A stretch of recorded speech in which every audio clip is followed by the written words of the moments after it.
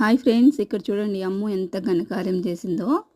ఇక్కడ అద్దాన్ని బాది ఎలాగైతే ఎరగొట్టేసింది. మన ఛానల్లో చాలా వీడియోస్ అయితే ఉన్నాయి కదా, అద్దాన్ని కాళ్ళతో బాదేయడం. కొత్త కుక్కలు వచ్చినా, ఎవరైనా కొత్త వాళ్ళు వచ్చినా ఇట్లా అద్దం దగ్గరికి వచ్చేసి రెండు కాళ్ళు వేసి దెబ్బ బాధేస్తుంది. ఈ వాల్టకి అయితే దీన్ని టైం అయిపోయినట్టుంది. మొత్తం అంతా కూడా చిన్న చిన్న ముక్కలు అవన్నీ క్లీన్ చేసేసరికి నాకు చాలా టైం పట్టింది.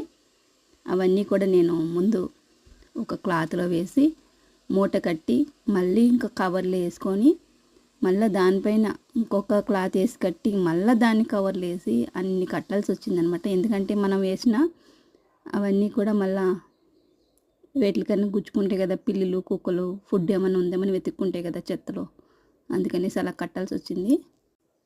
ఇక్కడ వచ్చేసి అమ్ముకి ఏమైనా గుచ్చుకున్నాయేమో అని చూస్తున్నాను, కాళ్ళకి చేతులకి. దీనికైతే ఏం గుచ్చుకోలేదు. పగలగొట్టేసి వచ్చి చక్కగా కూర్చుంది, ఏం తెలియని దానిలాగా. ఇట్లా ఉంటాయి అన్నమాట మా ఇంట్లో రోజుకొక పంచాయతీ.